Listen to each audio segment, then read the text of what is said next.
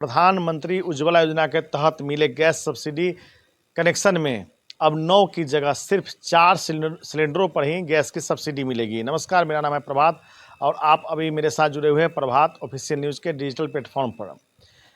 हम आपके साथ यह खबर साझा इसलिए कर रहे हैं क्योंकि यह खबर 10.5 करोड़ परिवार के लोगों से जुड़ा हुआ है। यह खबर उन परिवारों के लोगों से जुड़ा हुआ है जो प्रधानमंत्री उज्ज्वला योजना के तहत मिले गैस कनेक्शन के बाद काफ़ी खुश हुए थे।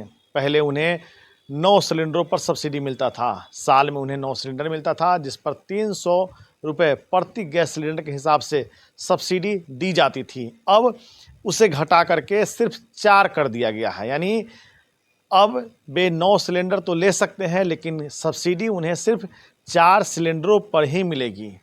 देश के अंदर मौजूदा हालात ऐसे बनते जा रहे हैं जैसा मानो हम लॉकडाउन की तरफ बढ़ रहे हैं, ऐसा मानो जैसे हम आर्थिक मंदी की तरफ बढ़ रहे हैं, क्योंकि जिस तरह से ईरान, इजराइल और अमेरिका की जंग लगातार जारी है और इस बीच होर्मुज, जिससे होकर के हमारा पेट्रोलियम पदार्थ आता है, वह प्रभावित है और वह 1-2 दिन से नहीं, पिछले कई महीनों से प्रभावित है।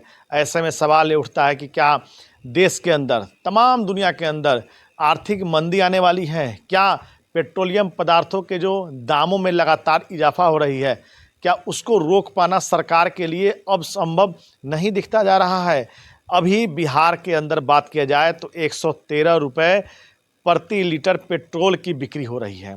अब ऐसे में सवाल यह उठता है, जैसे ही पेट्रोलियम पदार्थ के दामों में वृद्धि होती है, पहले भाड़े में वृद्धि कर दी जाती है, उसके बाद जो माल बाहर से आता है या फिर राज्य के अंदर ढुलाई होती है या राज्य के अंदर पहुंचाना होता है, उसमें दामों में वृद्धि हो जाती है। ऐसे में देखा जाए तो कहीं ना कहीं महंगाई को लेकर के सरकार निशाने पर है। कर्ज की बात की जाए तो देश के अंदर चाहे छोटे व्यापारी हों, छोटे कर्मचारी हों या फिर अधिकारी हो या फिर देश के अंदर मजदूर हो या व्यापारी वर्ग का एक बड़ा तबका कर्ज के बोझ तले दबा हुआ है। और ऐसे में यदि आर्थिक मंदी की मार देश के अंदर आती है तो इसे संभालना बहुत मुश्किल सा लग रहा है, क्योंकि इस मंदी से निपटने के लिए सरकार के पास क्या योजना है, इस पर बहस नहीं हो रही है। कर्ज से निकालने के लिए देश के अंदर या राज्य के अंदर जो कर्ज में दबे हुए लोग हैं, उसे निकालने के लिए सरकार के पास क्या योजना है, उस पर चर्चा नहीं हो रही है। देश के अंदर 1000 रुपये से ज़्यादा गैस सिलेंडर के दाम बढ़ चुके हैं, इस पर चर्चा नहीं है। देश के अंदर बेरोजगारी सबसे ज़्यादा हो रही है, उस पर चर्चा कहीं नहीं है। अब ऐसे में सवाल यह उठता है, क्या हम इस पर आवाज़ नहीं उठाएं? हम इन्हीं आवाज़ों के साथ आपके साथ जुड़ते हैं और अपनी बातों को रखते हैं।